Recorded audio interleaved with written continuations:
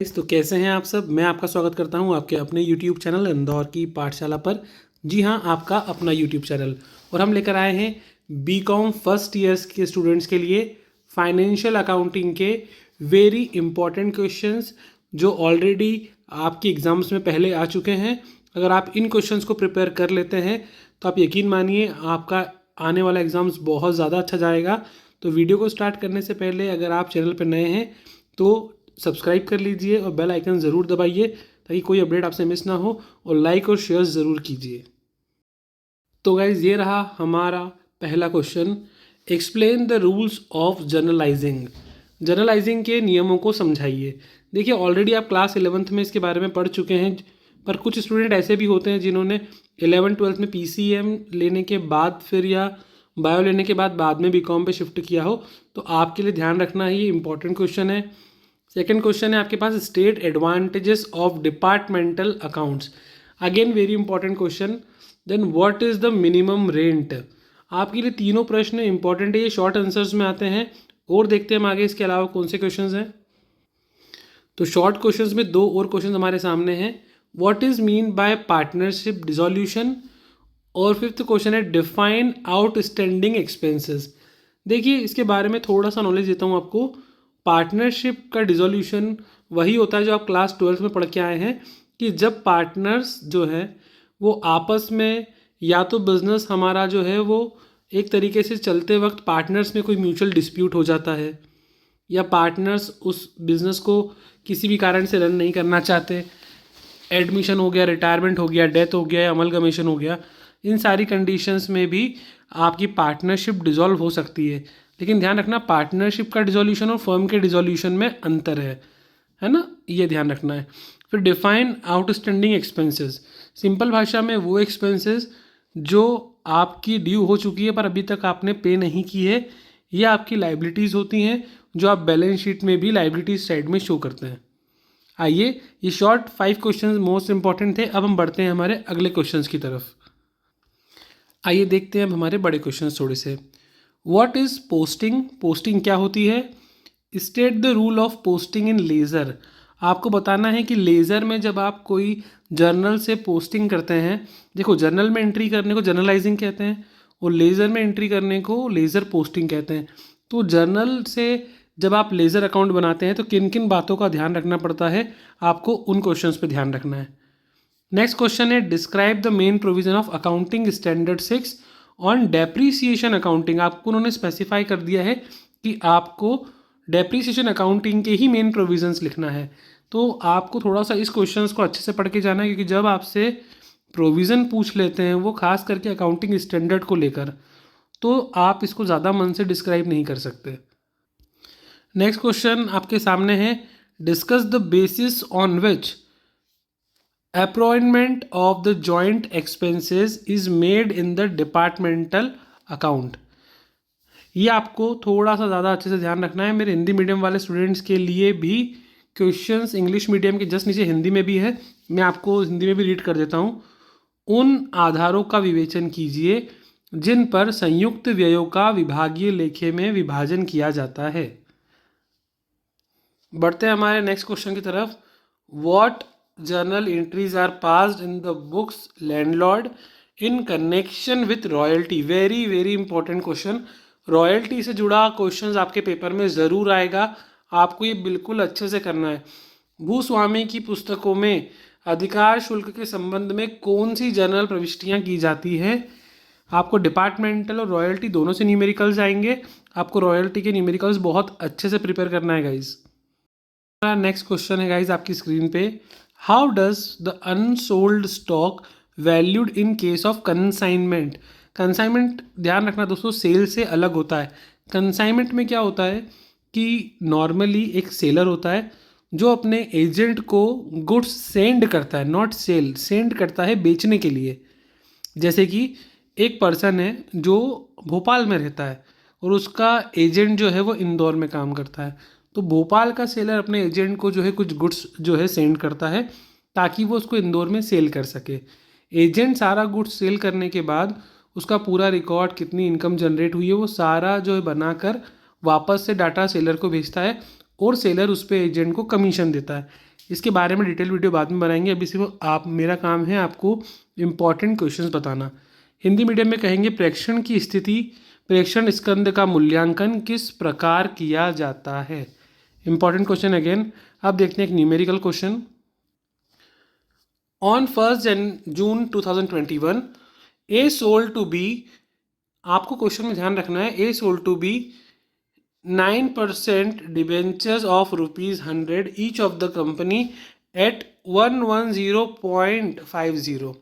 क्या ध्यान रखना है आपको, ₹100 के डिबेंचर्स थे जिसको उन्होंने 110.50 में जो है सामने कंपनी ने क्या करा है, sold with interest. Interest is payable on the 31 March and 30 September, twice आप पे कर रहे हैं एक ईयर में। एक चीज़ ध्यान रखना है, इंपॉर्टेंट हो जाता है क्वेश्चन यहाँ से। Bank commission paid by each party was 50। Debenture were shown in the book of A at 4120। Give journal entry in the book of A. ध्यान रखना, बुक ऑफ ए पूछा है आपसे, बुक्स क्लोज हो रही 31 मार्च को। डेट इंपॉर्टेंट है, अगेन ये क्वेश्चन इंपॉर्टेंट है। अगर आप चाहें तो मैं आपको इनकी डिटेल वीडियो बता सकता हूँ कैसे सॉल्यूशन होगा।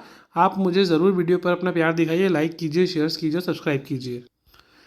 ये क्वेश्चन हमारे हिंदी मीडियम वाले स्टूडेंट्स के लिए है, वो चाहे तो इसका स्क्रीनशॉट ले सकते हैं।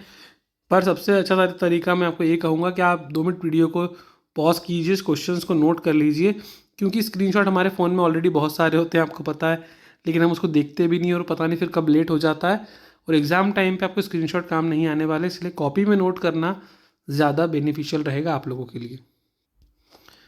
Next question, under what circumstances can partnership firm B dissolve. ये आपने 12th में भी याद किया होगा, बहुत आसान है आपके लिए। कौन कौन सी कंडीशन होती है जहाँ पे पार्टनरशिप फर्म हमेशा के लिए बंद हो जाती है। मैंने आपको समझाया था कि पार्टनरशिप के डिसोल्यूशन में और फर्म के डिसोल्यूशन में अंतर है। फर्म जब डिसॉल्व होती है तो बिजनेस परमानेंटली क्लोज हो जाता है, और जब पार्टनरशिप डिसॉल्व होती है तो बिजनेस कंटिन्यू रहता है, सिर्फ पार्टनर के बीच के एग्रीमेंट्स, टर्म एंड कंडीशन में चेंजेस आते हैं। आइए दोस्तों, जल्दी से हम हमारा ये वीडियो ख़त्म करते हैं। लॉन्ग आंसर टाइप क्वेश्चंस को देखते हैं। लॉन्ग आंसर्स बहुत अच्छे से करना है आपको। What is a balance sheet, balance sheet क्या होती है, why it is prepare, balance sheet को क्यों प्रिपेयर किया जाता है, और what is the procedure of preparing, balance sheet को किस प्रोसीजर के अकॉर्डिंग आप तैयार करते हो। बैलेंस शीट का फॉर्मेट आपने 12th में याद किया होगा, बहुत इंपॉर्टेंट है, 11th में भी पढ़ा है आपने, आप आसानी से लिख सकते हो। सभी को पता है बैलेंस शीट होती क्या है। बैलेंस शीट एक स्टेटमेंट होती है जिसमें हम असेट्स और लाइबिलिटी को शो करते हैं, है ना, याद आया थोड़ा बहुत अगर आपने पढ़ा हो, जिसमें असेट्स और लाइबिलिटी का टोटल ऑटोमेटिक इक्वल आ जाता है। 11th में आपने बैलेंस शीट बनाई भी होगी, आपने हॉरिजॉन्टल मेथड से भी बनाई है, वर्टिकल मेथड से भी बनाई है, बस वही आपको बैलेंस शीट के बारे में लिखना है।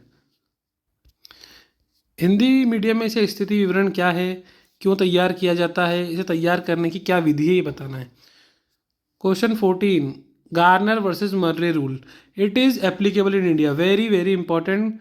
गार्नर बनाम मर्रे नियम की विवेचना कीजिए, क्या यह भारतवर्ष में लागू है, इसके बारे में भी आपको बताना है। ध्यान रखिएगा, यहाँ पे लिखा है इज इट, क्या है, क्वेश्चन पूछ रहे हैं आपसे वो। और गाइज ये रहा आपके सामने लास्ट क्वेश्चन हमारा। A firm purchased a plant for sum of rupees दिया है आपको, डेट दी है, डेप्रीसिएशन प्रोवाइड करना है 10%। Straight line method, straight line method पता होती है आपको क्या होता है, जब हर साल डेप्रीसिएशन सेम होता है।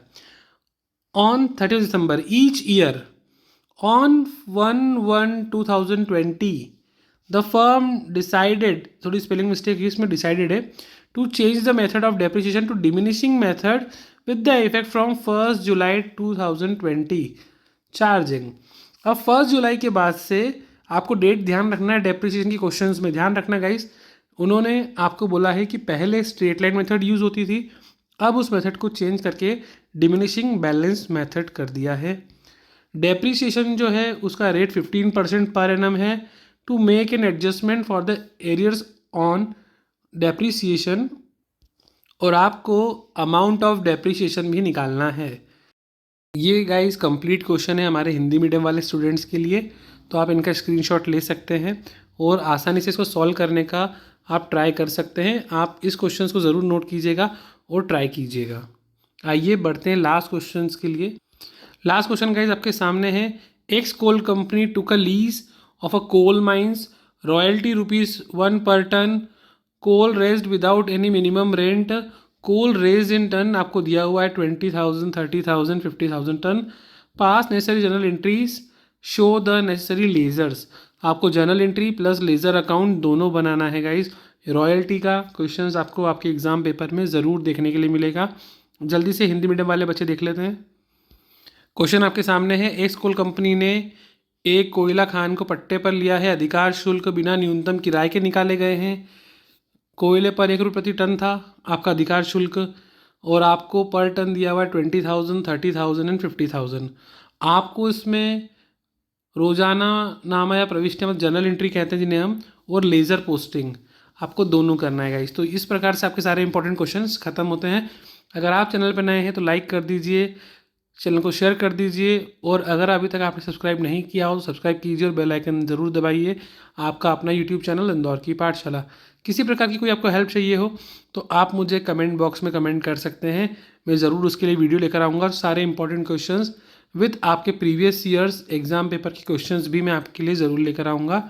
आप अगर आप चाहें तो मैं आपके लिए इसकी पूरी कंप्लीट प्लेलिस्ट भी ला सकता हूँ। तो जल्दी से लाइक कीजिए, शेयर कीजिए, सब्सक्राइब कीजिए।